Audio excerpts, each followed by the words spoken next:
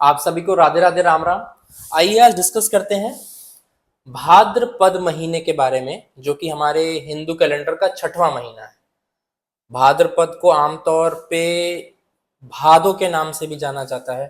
भाद्रपद शब्द का अर्थ है भद्र परिणाम देने वाला, यानी कल्याणकारी परिणाम देने वाला। कुछ धारणाओं के अनुसार, कुछ मान्यताओं के अनुसार इस महीने को काला मास भी कहा जाता है। इसमें लोग किसी भी शुभ कार्य को करना सही नहीं समझते, क्योंकि मान्यता है कि इस महीने में विष्णु भगवान शयन करने के लिए, सोने के लिए, आराम करने के लिए पाताल लोक चले जाते हैं।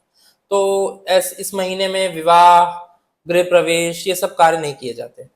आइए इसके बारे में थोड़ा सा स्टडी करते हैं और देखते हैं कि क्या ये वाकई काला मास है। इस दौरान तंत्र मंत्र इत्यादि अधिक प्रभावशाली हो जाते हैं, क्योंकि मान्यता है जो कि नारायण पाताल लोक में शयन के लिए चले जाते हैं, तो तंत्र मंत्र प्रभावशाली हो जाते हैं। किंतु इसी माह में तारणहार, पापियों के संहार करता भगवान नारायण ने कृष्णावतार लिया था धरती पर। अब यदि वो भक्तों को बचाने के लिए इसी माह को उन्होंने चुना धरती पर अवतरित होने के लिए, तो हम तो इस माह को बिल्कुल भी काला मास नहीं मानते, हम तो इसको बहुत शुभ मानते हैं। ये मेरी ऐसी धारणा है कि ये अपवित्र नहीं हो सकता। किसी समय को अगर आप अपवित्र घोषित कर रहे हैं, तो मेरे हिसाब से भगवान ने भी इस धारणा को चुनौती दी, क्योंकि उन्होंने यही मास चुना अवतार लेने के लिए। विघ्नहर्ता भगवान गणेश का जन्मोत्सव भी इसी माह में मनाया जाता है। गणेश जन्मोत्सव भी इसी माह में होता है। तो ये अपशकुन कैसे हुआ, ये काला मास कैसे हुआ? हरतालिका तीज का भी व्रत स्त्रियां इसी माह में करती हैं। माता पार्वती ने भगवान शिव को पति के रूप में प्राप्त करने के लिए जो कठिन तपस्या की, वो भी इसी माह से प्रारंभ की। तो भाद्रपद को या भादो को अपशकुन मानना या काला मास मानना या अपवित्र मानना, ये हाँ ठीक है। हम अपने पूजा पाठ के लिए, अपने गृह प्रवेश कार्यक्रम के लिए, विवाह कार्यक्रम के लिए हम तिथि चुनते हैं और अपनी मुहूर्त निकालते हैं, लेकिन किसी किसी काल अवधि से एकदम घृणा कर लेना और ये ना समझना कि उसके पीछे का कारण क्या है, तो कम से कम हमें कारण से वाकिफ होना चाहिए। यह महीना भद्र परिणाम देने वाला होने के कारण भाद्रपद कहलाया। अब आइए इसके कुछ इस पे ज्योतिषीय विचार कर लें। तो छठवां महीना 6, अगर हम न्यूमरोलॉजी से चलें तो 6 वीनस का अंक है। वीनस यानी कि शुक्र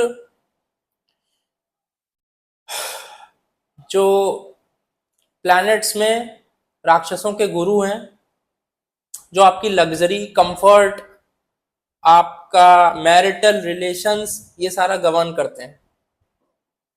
तो हमें इस माह में अनुशासन और संयम से रहना चाहिए, क्योंकि भले ही वीनस लग्जरी और मैरिटल लाइफ का हमारे स्वामी है, लेकिन क्योंकि शुक्र असुरों के गुरु माने जाते हैं और गुरु को हमेशा जो नियम बताए गए हैं धर्मशास्त्र में, उनके हिसाब से ही वो चलना पसंद करते हैं। इसलिए भले वो असुरों के गुरु हैं, लेकिन वो यही चाहेंगे कि हम इस माह में संयम से रहें, अनुशासन से रहें, तभी वो हमारी मैरिटल लाइफ को ब्लेस करेंगे। ये अत्यंत पवित्र मास है। कर्मयोग का संदेश देने वाले भगवान कृष्ण भाद्रपद के कृष्ण पक्ष की अष्टमी को पैदा हुए, तो शुक्ल पक्ष की चतुर्थी को बुद्धि के अधिष्ठाता भगवान विनायक अवतरित हुए। तो गणेश भगवान और कृष्ण भगवान दोनों इसी माह में अवतरित हुए धरती पर।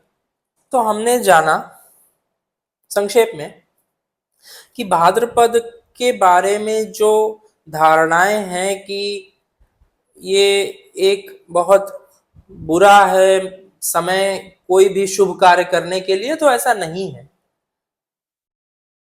भगवान जब कालिया नाग का संहार किया उन्होंने, तो यमुना नदी में सर्वत्र विष व्याप्त था, क्योंकि कालिया नाग वहां पे था और उसने पूरा अपना विष फैला रखा था। जब भगवान ने उसके फन पे नृत्य किया और तो उन्होंने उस पूरी नदी को शुद्ध कर दिया। उन्होंने कालिया नाग से कहा कि अपना सारा विष यहाँ से समेटो और यहाँ से निकलो। उन्होंने जब इस माह में अवतार लिया तो वही धारणा चलाते रहना ये उचित नहीं है। दो बातों का ध्यान रखें।